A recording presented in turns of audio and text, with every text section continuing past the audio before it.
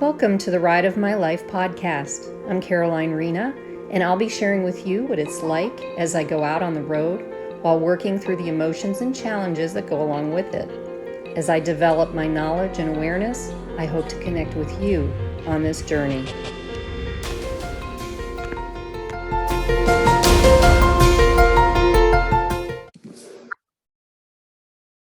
Hey everyone, I'm Rena, and welcome to the Ride of My Life podcast. And I'm really happy that you have found this. I'm really excited about this upcoming information and sharing I'm about to give you.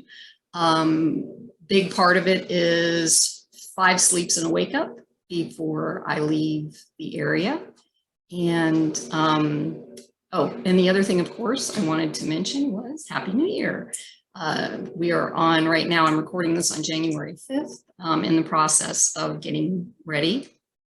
Most of my car is packed up. Of course, there are a few things left over for obvious use and storage, and that's pretty much where I'm at right now. So I just wanted to share with you that my New Year's weekend was mostly relaxing and incredibly deep, and there were a few hiccups, but they weren't horrible. It was just stuff that was coming up and that I just dealt with, and that I needed to, because this is coming up quick. So anyway, I had talked about in the past few days, basically, well, a couple of days, I'm doing my prep, and I'm really excited still, and still a little bit scared, but the scared is actually diminishing, and I can't really explain.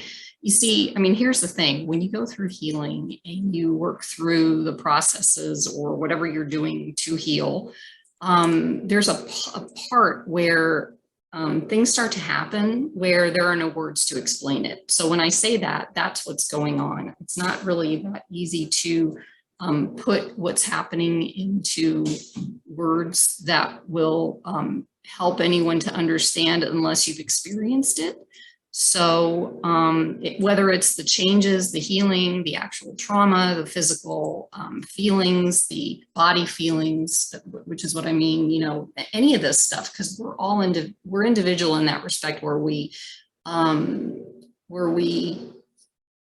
not like, what do I usually say? It's like one size doesn't fit all. So how we heal, how we go through this life, how our bodies work, how our minds work, it's not the same, no matter whether people, people, society, whatever wants to put us in boxes. We're not the same. None of us, even if we're similar, we're still not the same. Not even twins are completely the same. They have a little bit of a different makeup. So, and then at the same time, we're all connected. Intentionally, so we can all share each other's gifts and you know, help each other and help heal each other or support each other or whatever. So we are all connected. We all feel the same feelings.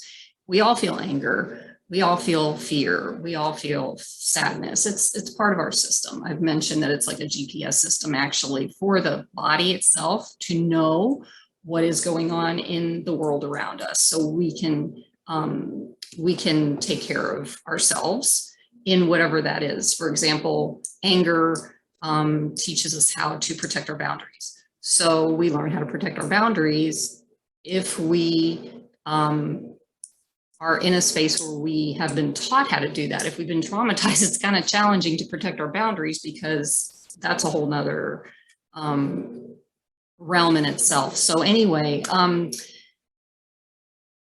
just wanted to say that, like, speaking of the body, it's like having and holding trauma in the body probably explained what my scared is more than anything. And some of you may be able to relate to it, and for some it's hard to explain, because not everybody experiences this the same way. A lot of people who have fear know how to walk through it. You can regulate yourself easier. than some people. I happen to be one of those people that have been challenged with being able to regulate myself, and that's fine. And that's part of my journey. That's part of the things that I'm learning. And in that, we all have different variations of trauma, and especially how we were raised. So if you were raised in a good enough situation and where you had either one or two parents or a caregiver or somebody who taught you well, or actually presented well with how they behaved, you're going to come out. Even if you go through trauma, it's going to be a little bit different from someone who was pretty much either left to their own devices or screamed at, or, you know, as a child. So it's all, that's why I'm saying it's all different. And especially for sensitive souls, it even has another level, it seems, of differences. And a complex PTSD flashback, which is the flashback that's more emotional, that reminds you of emotions when you were little, where it's all this is subconscious. You don't even know that a lot of this stuff is happening. So again, when I talk about getting over things, it's not that easy because the subconscious is running the show. It's not you consciously thinking about it, as I'll explain here shortly, I think. But the thing is, it's mainly about feeling unsafe, because safety is a very important aspect of being in this body, in this world. And it's doing this right now with the ride of my life is a little hairy for me. And that's why I'm doing it, because I want to see how it works for me. And I want to show other people that it's possible to be able to break through this stuff. So anyway, before I get in to anything else, I want to say, well, I already kind of mentioned I have the car packed up with most of what I need. And I already added some videos to Instagram of my first, what it looks like. And that was kind of fun.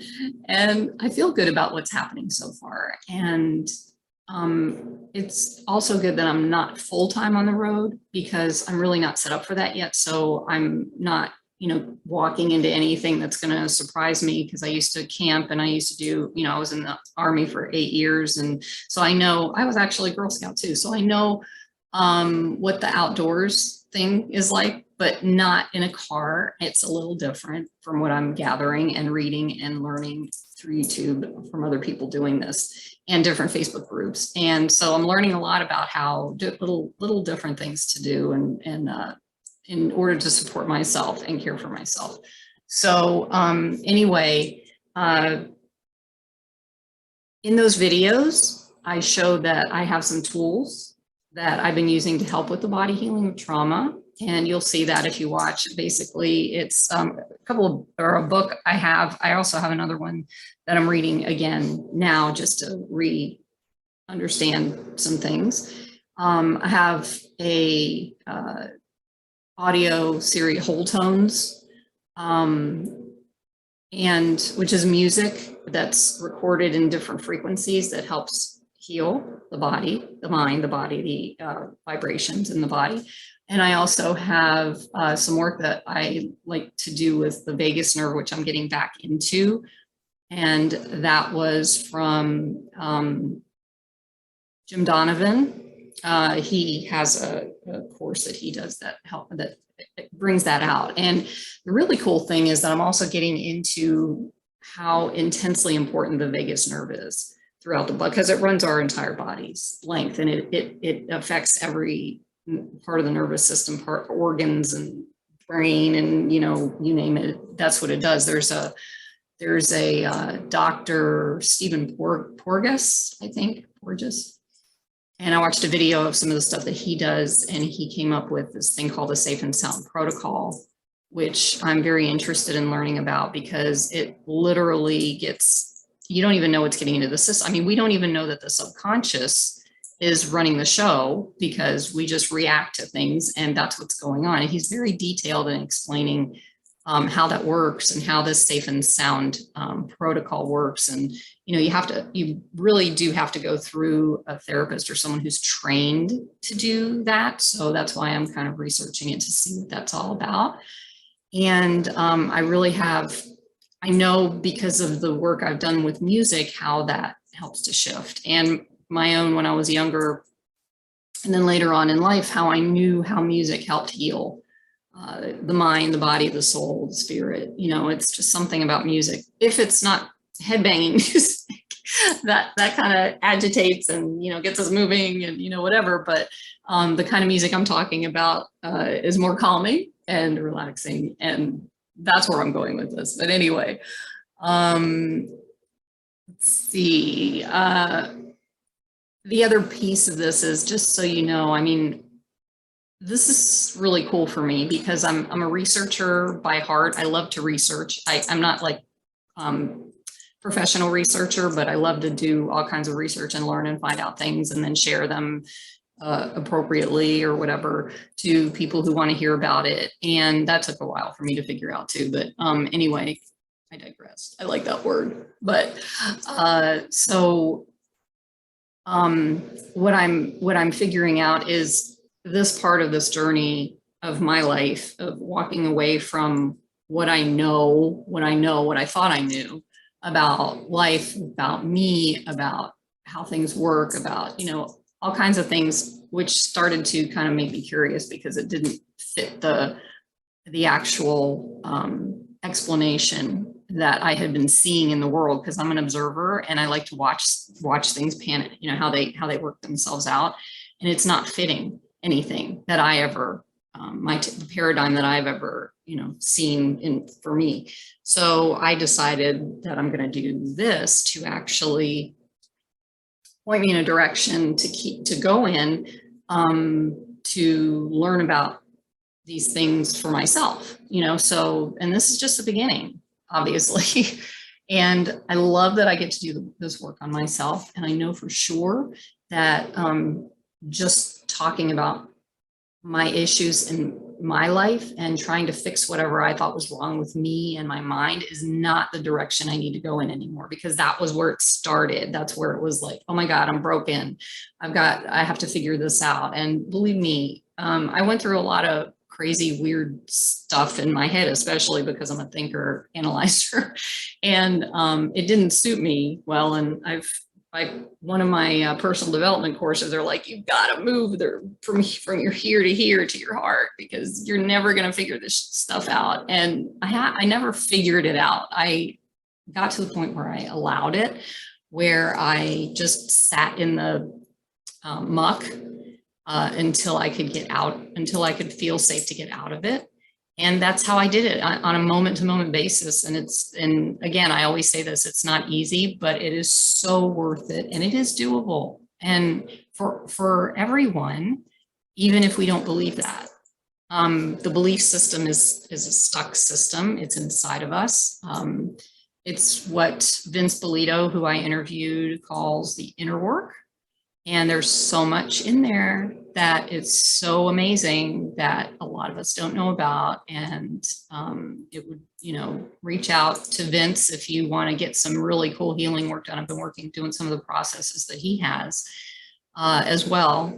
And I've really seen a difference. And it's not something, again, it's not, I can't explain it with words what this is. So Vince Polito, he's in, I can't remember what the date, I think it's episode 10, I believe, but you can find it on my YouTube channel. But he has a 5-day core challenge that he does, where he explains what's going on, and then he does a process each day after the explanation. And those processes really, really, really blew me away. So anyway, that's what's been going on in the past week, maybe week to 10 days. And that's what's been helping alleviate a lot of this anxiety that I've had about leaving and going, you know, up on starting this trip, which weirdly enough, I never had in my life before, but maybe that's because I'm older and I was more set and I got comfortable, and that's not who I am. And so now I'm relearning who I am, rediscovering, recreating, whatever you want to use. Anyway, I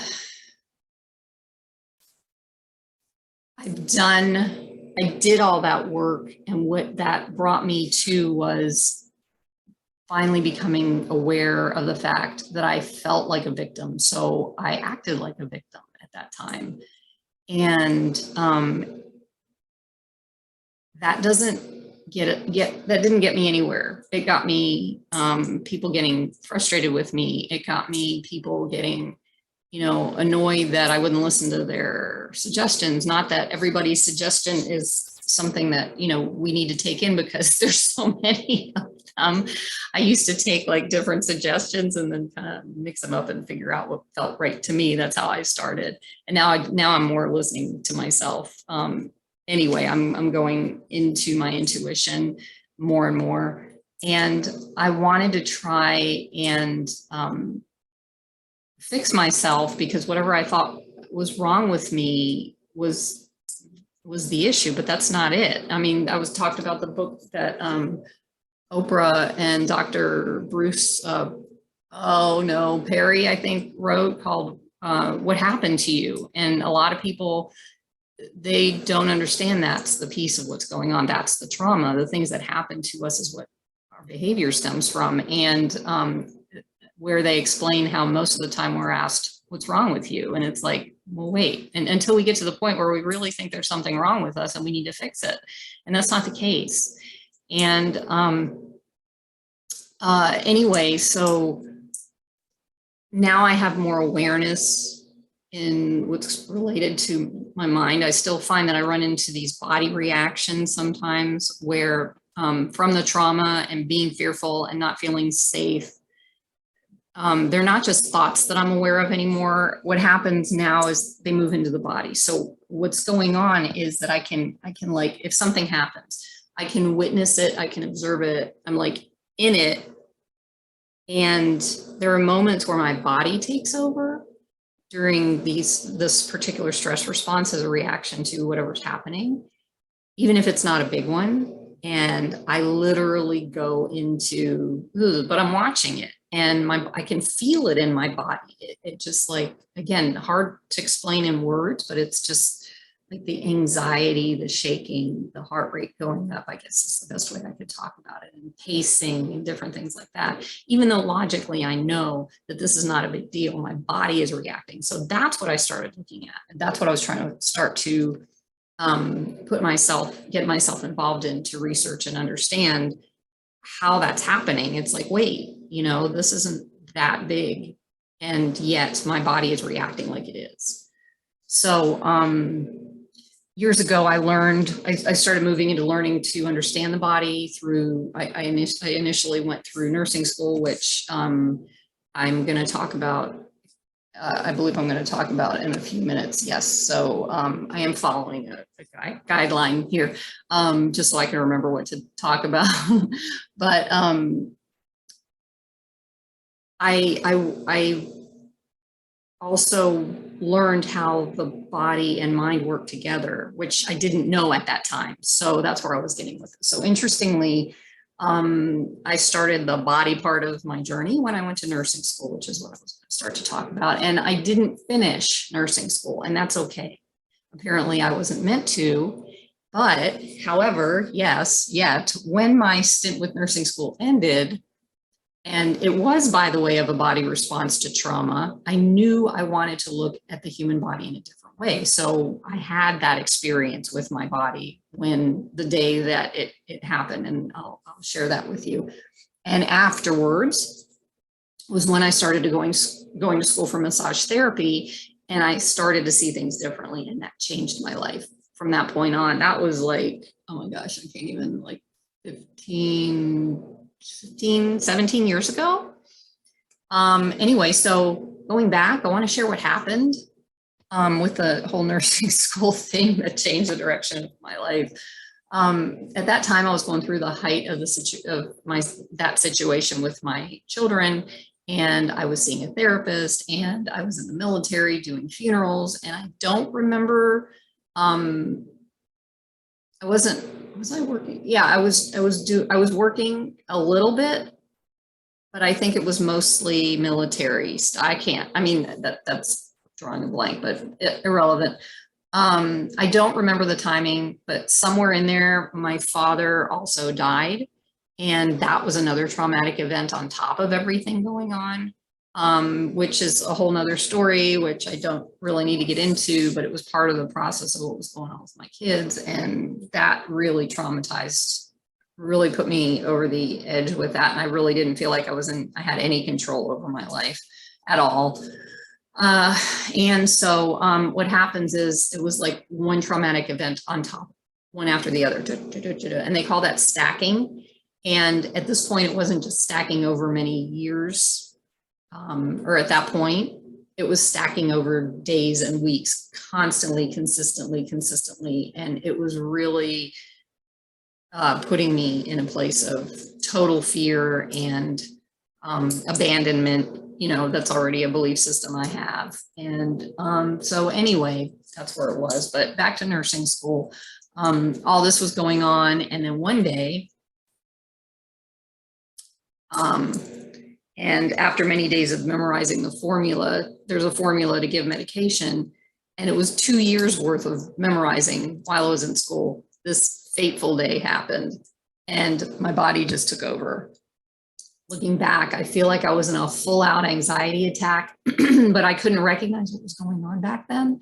All I knew was my clinical supervisor just asked me what the formula was. Easy, right? No, I froze. My heart rate started going up. I was sweating. I wanted to run, and I forgot the formula. I couldn't get the words out of my mouth.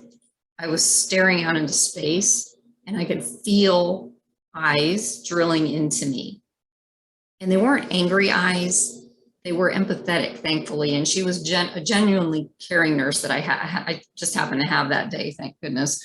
As a side note, I had worked with quite a few nurses that were burned out, so burned out and not very kind. And, back then, I understand the burnout because there's a lot of work that goes on and there's a lot of, I get it, just from even being in the clinical. So it didn't surprise me, but I'm just glad that I didn't have any of them as my supervisor that day, because I probably would have had a complete meltdown, to be honest with you.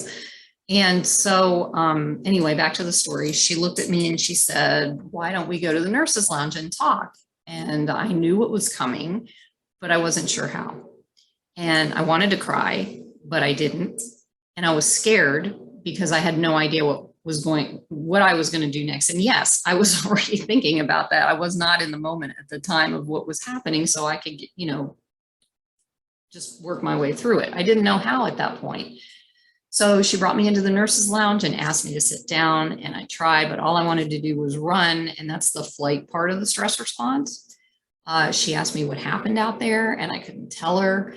And no one knew at the time of everything I was going through. I kept it to myself because I couldn't even really explain it because I couldn't understand it myself. So I kept it all to myself, the emotions, what's happening, everything, except with the therapist. And I had only shared basically with the other people I share was one or two close friends. And I was apparently at my wit's end in keeping it all inside and keeping it all together on that day. So I told her I didn't know. And she said to me, "Well, you're going to have to make a decision then. Do you want to stay in school or not?" And I'm like, "Oh," so I froze again. I couldn't think straight. This is all stress response stuff again. I couldn't breathe. My whole life was flashing before my eyes. And I worked so hard to get here, endured a lot in the process at all levels. And I just didn't know what to do. And she saw that I was having a hard time and told me to just sit back and breathe, that an answer would come. And so I did that. And I tried to settle myself, especially in my body. I was shaking all over and I didn't know what was going on.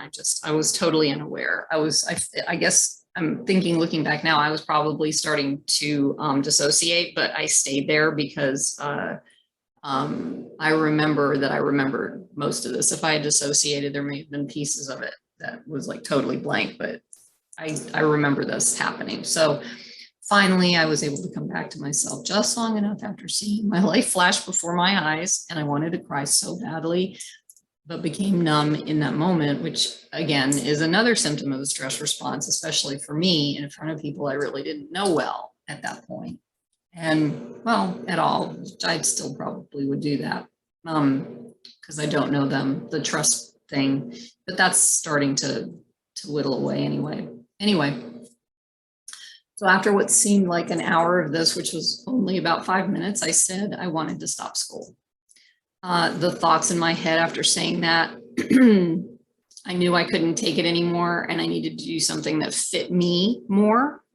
And what was that? I didn't even have a clue. And the thing about it is that I'm more of a, if I had stayed with nursing, it would have been more of a holistic nurse than the regular system, because I really know that I didn't like doling medications out to patients. And I did know at that point that the human body was capable of healing itself in most cases. And also, of course, intervention is needed with medications in emergency situations, which I would find that out later the hard way with a motorcycle accident. So I knew about all that stuff, but still, I didn't want to give people medication. I didn't want that to be part of my job.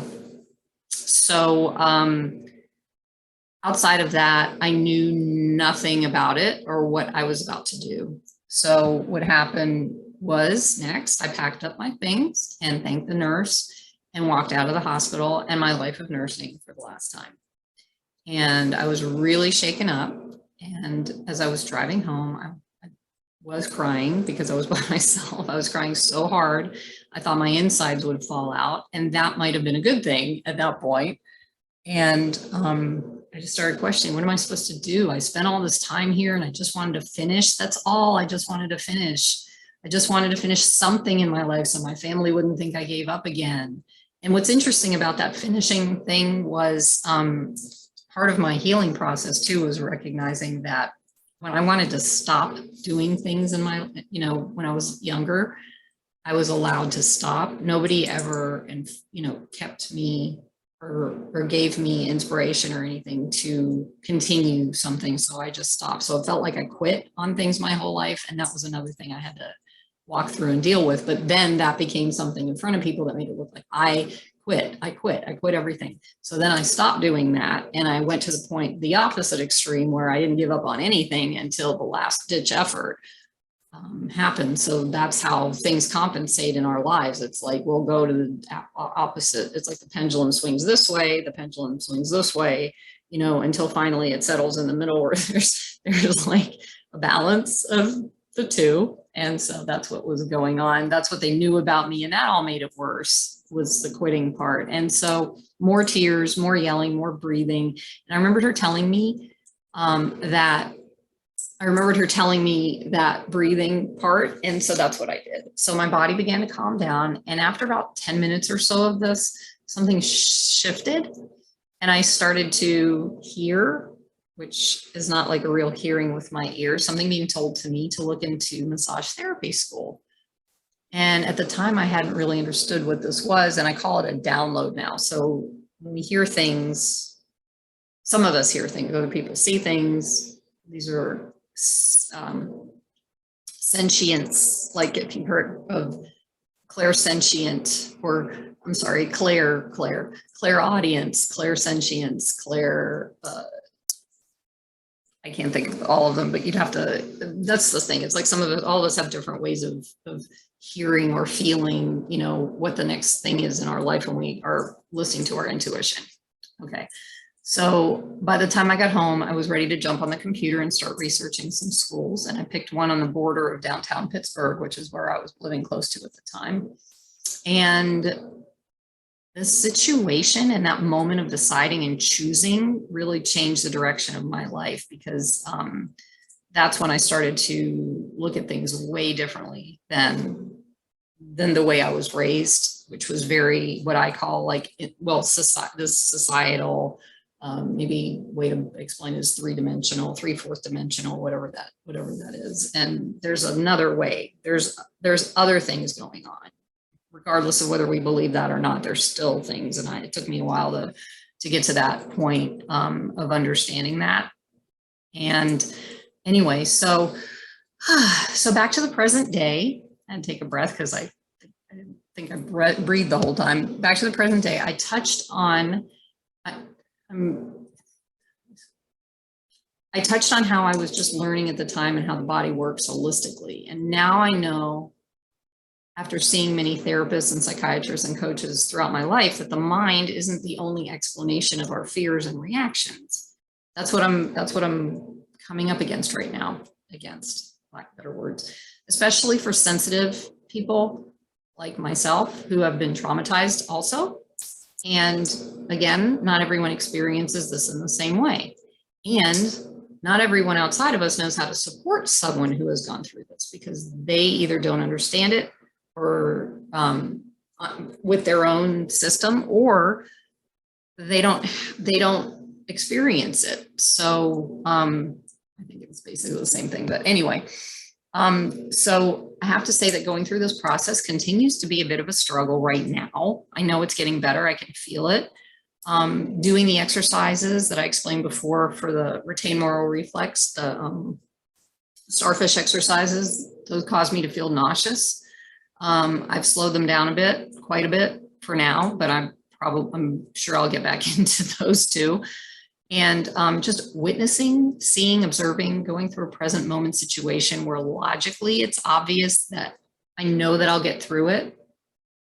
It doesn't change the fact that my physiology takes over and still throws me into fight, flight, flee, or freeze, which is the stress response. And all of the symptoms of the stress response come up, and my logical, well, maybe not all of them, but a good portion of them come up, and my logical brain wants to make sense of it, but that doesn't happen either. So I'm going to give a little description of what that looks like. So the physiological responses of PTSD, post-traumatic stress disorder, and complex PTSD. And again, I'll real quick explain the difference. PTSD is an actual occurrence, like a rape or something that we experience in the moment that was either major, or it could still be minor. It could be a small micro trauma, what they call it. That's PTSD. Complex PTSD is basically stacked traumas, but it also can relate to having gone through something as a child, not knowing how to deal with the emotion, and then having something happen in the present moment that subconsciously reminds us of that emotion and flashes us back to the childhood experience. We don't even know what's happening. So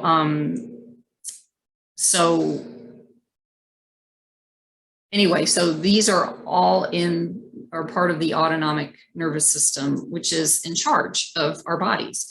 Just like it controls our breathing and our heartbeat, it also controls the stress response. So here's a quick look into what happens. So the system has two components. The autonomic nervous system has two components. One is the sympathetic nervous system, and this is the system that triggers the fight or flight response, the stress response. So the body can respond to a perceived danger, which is similar to, a lot of people say, pushing on the gas pedal. It's like, okay, woo.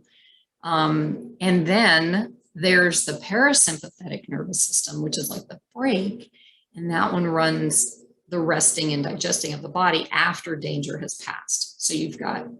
So that's where it comes in, where it's like our body is our GPS system. We either have to react or a danger, and then we settle back in, and we're just like animals.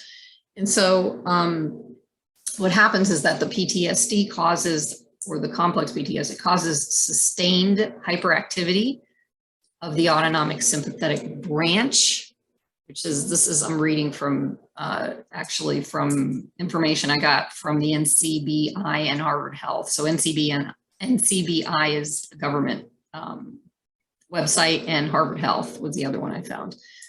So the sympathetic branch of the autonomic nervous system, which is shown in the heart rate and blood pressure going up, the skin conductance. It's like you have to feel, it's like it prepares us to feel energetically something that might come up. So that's where most people don't realize that we're energetic beings, because we do feel energetically and vibrationally. And other psychophysiological measures the body uses to protect itself again. And again, I say it does this to protect us from imminent danger, such as a tiger chasing us, but we actually don't have a tiger chasing us. So it feels like it, but that's not what's going on. So for a lot of us, that stress response is in stuck mode, and research shows that the amygdala in the brain on traumatized people at this level is enlarged. And it keeps us in hypervigilance mode as if we were waiting for the next danger, the other shoe to drop, whatever that is. So what happens is we don't function on a normal body response. We are elevated in the vigilance, and we're like watching and waiting. And that's just how the body works. And that's how we prove ourselves right when something comes up. But it's all, again, subconscious. So it's not something we choose to do. It's what the body does. So just so you're aware of that, I want you to know that. Even as if you are going through something and as it's happening, just know that. So it's your body reacting. So life isn't about waiting for the next danger. Common sense logic tells me that.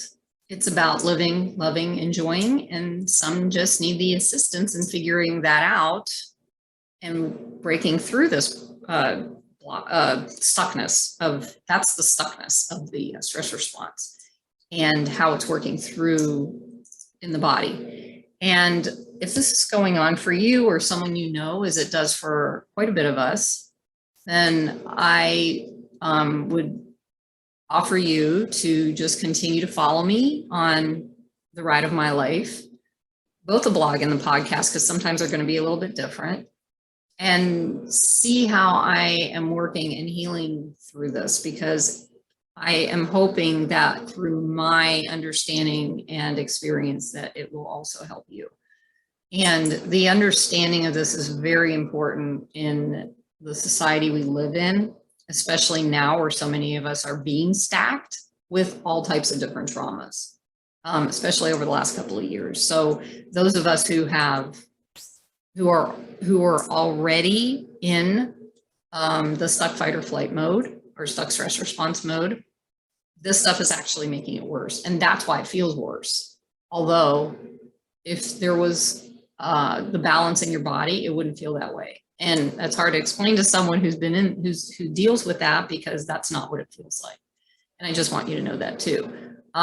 So anyway, that's what I'm working on through understanding, researching, sitting with all the stuff that I talk about. Anyway, so I hope you've gotten something you can use from this. And I really offer you to reach out to me if you have any questions or whatever. I'm here. And even though, if I don't obviously respond like right away, I will try to do it within 24 to 48 hours or so, especially if I'm on the road.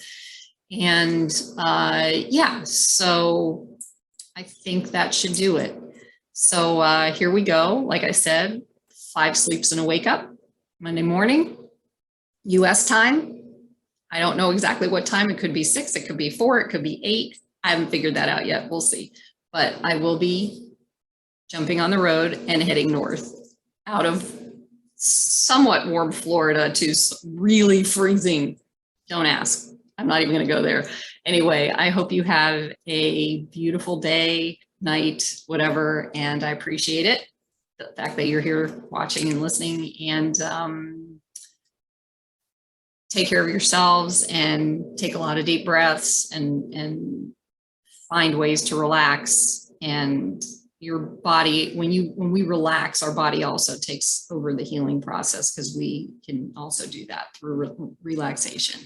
So that helps a lot. Trust me on this one. So just offering up some thoughts, and again, take care, and I will see you next time on the Ride of My Life podcast. All right. Thanks. Bye-bye.